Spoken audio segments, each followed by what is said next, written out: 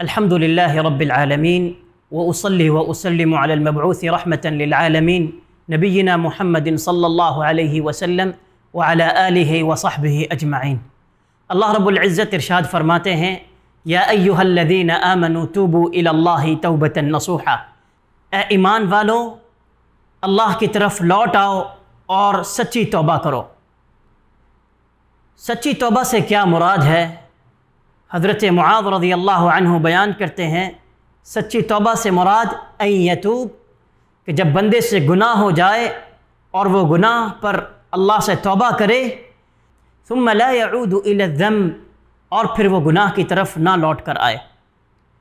امام حسن بصری رحمہ اللہ سچی توبہ کی تعریف بیان کرتے ہوئے ارشاد فرماتے ہیں کہ سچی توبہ سے مراد کہ آدمی سے جب گناہ سرزد ہو جائے تو وہ اس گناہ پر ندامت کا اظہار کرے اور پھر عزم کرے کہ مستقبل میں وہ یہ گناہ نہیں کرے گا۔ ناظرین اکرام، انسان جب توبہ کرتا ہے اللہ تعالیٰ اس کے پچھلے گناہوں کو معاف کر دیتے ہیں۔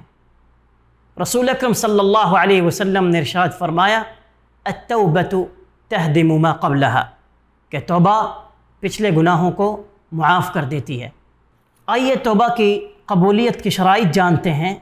توبہ کی قبولیت کی سب سے پہلی شرط یہ ہے کہ انسان سے جب گناہ سرزد ہو جائے تو اسے اس گناہ پر ندامت ہو، شرمندگی ہو، پشیمانی ہو، اور اس کے ساتھ ساتھ وہ اپنے گناہ کا اعتراف کرے۔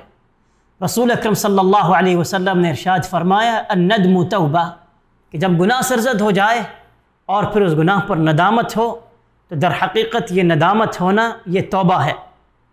حضرت عائشہ رضی اللہ عنہا سے آپ علیہ الصلوۃ والسلام نے ارشاد فرمایا تھا کہ عائشہ استغفر اللہ، اللہ سے اپنے گناہوں کی بخشش طلب کرو اور توبہ کرو۔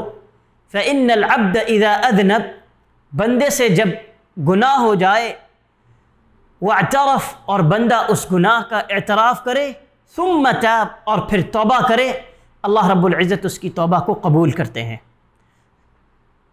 توبہ کی قبولیت کی دوسری شرط کہ بندہ گناہ کو چھوڑ دے۔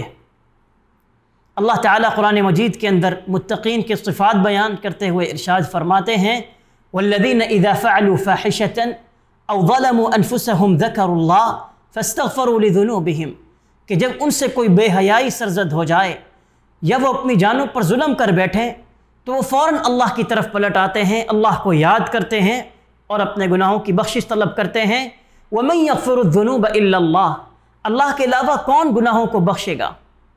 وَلَمْ يُصِرُّوا عَلَى مَا فَعَلُوا، اور اس کے ساتھ ساتھ جو گناہ ان سے سرزد ہوا ہوتا ہے وہ اس پر اصرار نہیں کرتے، وہ گناہ مکمل طور پر چھوڑ دیتے ہیں۔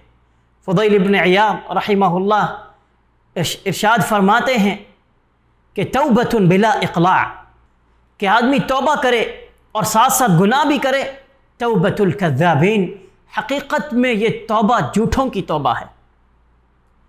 توبہ کی قبولیت کی تیسری شرط کہ آدمی مستقبل میں عہد کرے کہ وہ آئندہ یہ گناہ نہیں کرے گا، پختہ عزم کرے کہ آئندہ وہ اس گناہ کی طرف نہیں لوٹے گا۔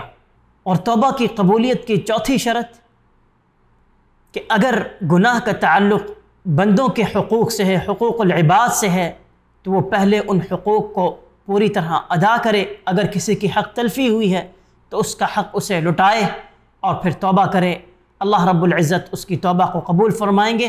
اللہ سے دعا ہے کہ اللہ تعالی ہمیں اپنے گناہوں کی بخشش اور کثرت سے توبہ اور استغفار کرنے کی توفیق عطا فرمائیں۔ وآخر دعوانا ان الحمد للہ رب العالمین۔